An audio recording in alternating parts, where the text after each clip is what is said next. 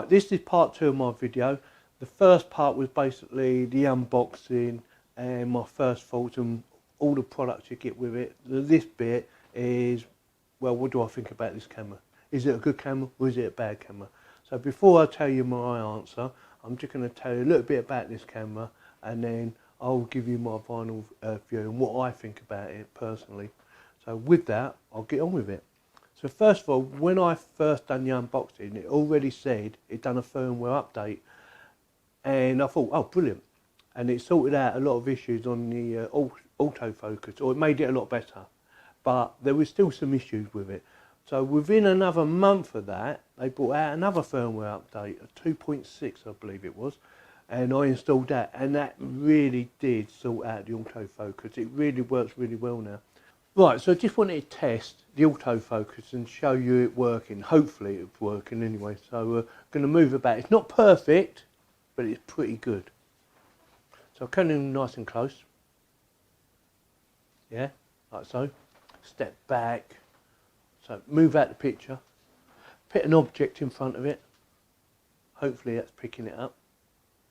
Take the object out. Stick myself in front of it. Yeah, come out again. So I have it on facial recognition, so it should autofocus on me, and I have it set for, I think it's called near to far, so anything that's near it, it will focus on that rather than focus on me. That's how I think I'll set it up. I hope so anyway. So I just wanted to try it and show you whether it's working properly. Like I say, it's not perfect, but it's pretty close now. The camera's been out for 2 years now. I've had the camera for about a month. There's a hell of a lot to learn. There's lots of adjustments you can do to this camera, and it's going to take me probably a couple of years to learn how to use it properly. You know, I've started playing about with the ISO, and one of the reasons I started playing about with the ISO is because, or the shutter speed I should say, on the shutter speed is because that up there, it flickers in my videos when I'm playing back my videos, so the lighting will flicker. You might see a little tiny bit, but I've increased the shutter speed.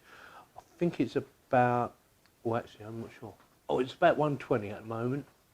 I've got it set on 120, which to me is fine. But I will check the camera. I will check the camera. I will check the video out in a minute. So with that, it's back over to you, Yorkie. Yeah, I have no issues with it whatsoever. It still wants a little bit of fine tuning, but that's my end, I think, more than their end. There's 2 little options you can play about with, and I'm still playing about with this. Not only that, this is a very complicated camera. Well, it is for me anyway. I've never had a camera like this before. There is so many things you can do with this. It's absolutely amazing. You can do everything in manual focus, or you can do loads of stuff in autofocus, whether it be for photos or videos, and I think the photos are amazing as well as the video. The fact you can do 4K video or 6K photos, I thought was brilliant. It's definitely the way to go. This is a mirrorless camera, and it has more options than I know what to do with. I am not a professional photographer, a professional video maker. I am just basically an amateur. But if you can learn how to work these, even just playing about with adjusting it and putting it in automatic, I've watched loads of videos and I've played about with loads of different settings. And the beauty about this thing is you can do different settings. You can try out different things and you can save them all. So you could have one for outdoors, or setting for outdoors, yeah, or you can have a setting for indoors. There's just so many options, and I've only just set up my mic, so I'm actually recording on this camera right now. Even though the video's coming from now, I'm actually recording on this camera using my Boya. My Boya used to always be plugged in there, but now I've plugged it in here. I might even buy another one actually and plug it in, so I've got 2 sound things coming out just for a backup. Very pleased with this camera. I can't say enough about it. It definitely does get my thumbs up. Like I said, there is so many options. I've even got some extra bits I've ordered, and I will be doing a video on that, and I'll give you a clue what they are. One is a battery pack, so I'm going to be having 2 batteries plugged into it at the same time, which I thought was a really good idea. Also, I have a monitor that I can connect to this, so a bigger monitor, so not just this little tiny one. You can run that on HDMI, and that is another thing I liked about it. It has a full-size HDMI connection, which is, I'm trying to figure out where it is now. I believe it's over here. Let me move that out. Which is in there. So it's full-size HDMI. So you can output full HDMI, which I think is brilliant and well. I can use it to do live streaming with just by plugging in the HDMI, and providing you've got the right equipment with it, which luckily I have. So yeah, very pleased with it indeed. Like I say, there is a lot to learn, and it's going to take me quite a long time to learn. I never knew about zebras. They talk about zebras, and I mean, I've got some zebras on here now. I'm not sure if you can pick it up, but they're basically in lines where you need to do some adjustments to sort that out. But that is quite bright anyway, so you will get a little bit of zebras on there no matter what. If you take it out, it means it's going to be too dark, I think. You know, I could be wrong there, but I'm pretty sure if you adjust it too much because it's too bright and you get rid of all the zebras, chances are the video's going to be too dark. So yeah, the other thing I liked about it, if you've got all these other function buttons, you've got FN5, FN1, you can reconfigure all them. And I thought, oh, that's really good. It's got a nice bit of weight to it. It's not light, don't get me wrong, but it has a nice bit of weight to it. Let's see if I can get it off of here. Don't forget, I've got my mic sitting on top. Like I say, I've only just started playing about with the mic settings on here, and hopefully the sound quality is all right. But yeah, it's quite light. It's not too heavy. Like I say, it's got a bit of weight to it, which you would expect. And like the fact the straps are there, so if you want to use your strap. I haven't used my strap yet. I only used it once just to try it out.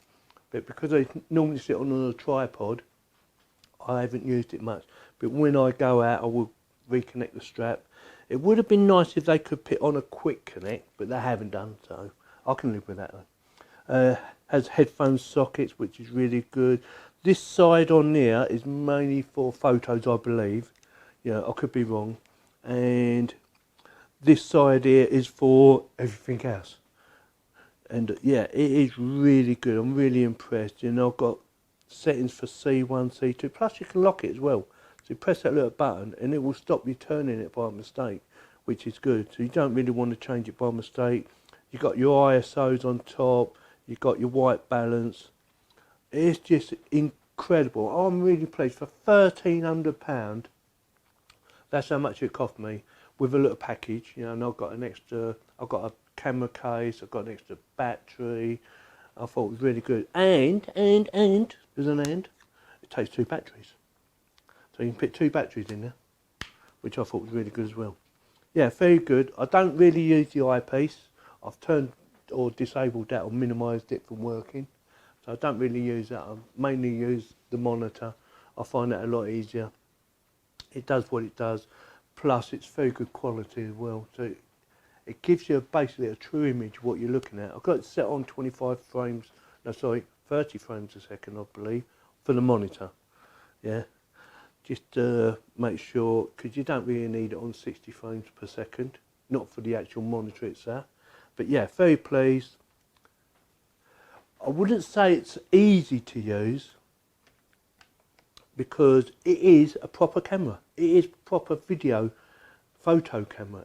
You know, it's not a toy. It's not a camcorder like the one I'm recording on now. It is, to me, a proper professional video photo camera with interchangeable lenses. I've got another lens here that I've never actually used yet, and I will be trying this out later, because I need to start using it and playing about with different lenses and things like that. So I'll probably be buying some more lenses in the future. So if you have any comments about which lens I should buy next, put them in the comments below, and I will have a look. But try and make it not too expensive, because these are not cheap. So what do I think about it? Well, it definitely gets my thumbs up. I think it's a good investment. I think Panasonic has done a really good job on the GH5. not just on sorting out the firmware, but the layout. I like the layout, I like the navigation. I thought the navigation was pretty easy. You know, like I said, there is a lot to learn, but the way they've done it, they try to make it as easy as possible. And there's a hell of a lot of videos out there in case you get stuck. And there's a lot of people trying to help you, which is really good, because I need that help as well.